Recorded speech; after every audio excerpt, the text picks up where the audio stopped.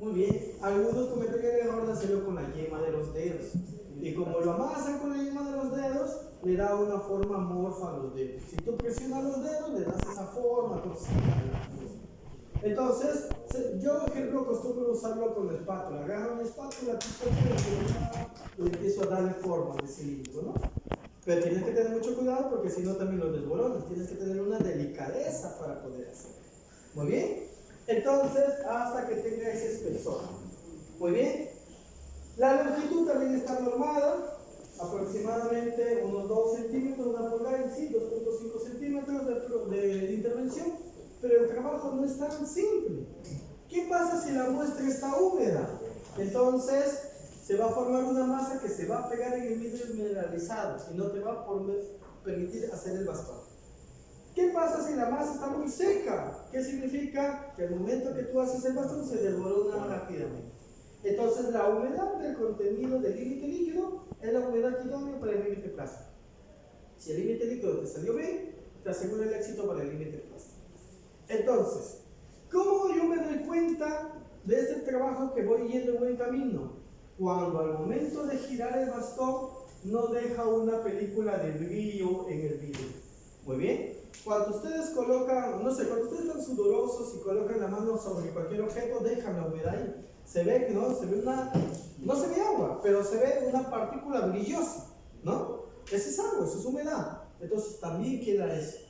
Entonces, cuando yo veo que no hay esa partícula brillosa, esa cara brillosa en el vidrio, entonces yo puedo asegurar que la muestra ya está en una condición seca. Entonces, para ello, hago un zoom acá y tengo que ver la partícula. Entonces, me doy cuenta de la pared que tengo y tengo que ver que se empiece a fisurar. Muy bien, pero no a desmoronarse. Si yo veo que ya se empieza a fisurar, significa que esa muestra ya está idónea. Aproximadamente, ¿cuántos bastones tengo que hacer? Los que sean necesarios para formar un peso aproximadamente de 25 o 30 gramos. Muy bien, en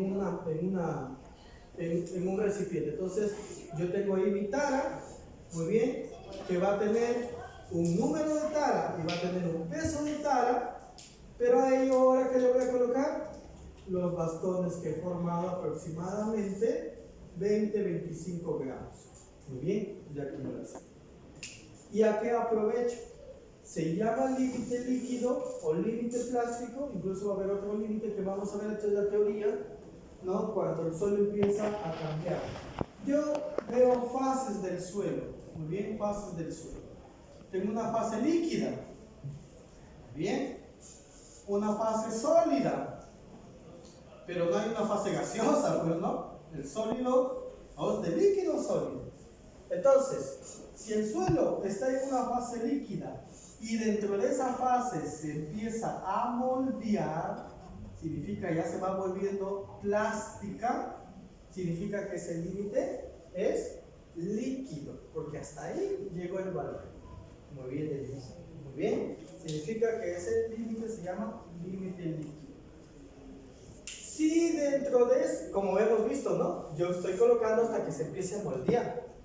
Pero si yo ya estoy en una etapa moldeable, como pueden ver acá, y pasa a una parte sólida y se empieza a secar, muy bien, entonces ya empieza a perder humedad, entonces diré que estoy en el límite plástico, porque ya llegó hasta el punto último de ser moldeable y ya está empezando a separarse.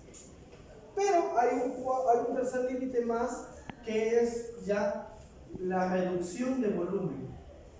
¿Qué significa? Que es tanto el calor, es tanto la temperatura que genera que la muestra ya no se seca, sino también se reduce.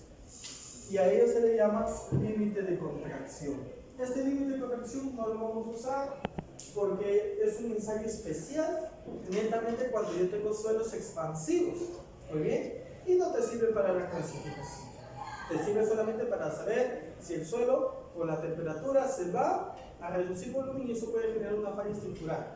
Entonces, teniendo esa configuración, listo, acabamos. Este es el trabajo. ¿Y qué se hace? Se vuelve a generar contenido de humedad. Y el cálculo es simple. cálculo. Muy bien. El límite plástico no es más que el promedio del contenido de humedad. Por lo menos 2 tipos de muestras tienes que hacer. ¿Y se acabó? Muy bien. Pero tiene que haber una condición. La condición es que el límite líquido tiene que ser mayor que el límite plástico. Si te sale al revés, algo te equivocaste. Alguna operación matemática o otro procedimiento no puedes volver. ¿Por qué? Porque ahora aparece el índice de plasticidad. Y el índice de plasticidad no es más que una fórmula, IP. ¿Qué es el índice de plasticidad? El índice de plasticidad es un factor que determina qué tan plástico o no plástico es una muestra de suelo. Y su fórmula es índice de plasticidad, porque es porcentual, el límite líquido menos el límite plástico. Y este valor tiene que ser positivo, no puede ser negativo.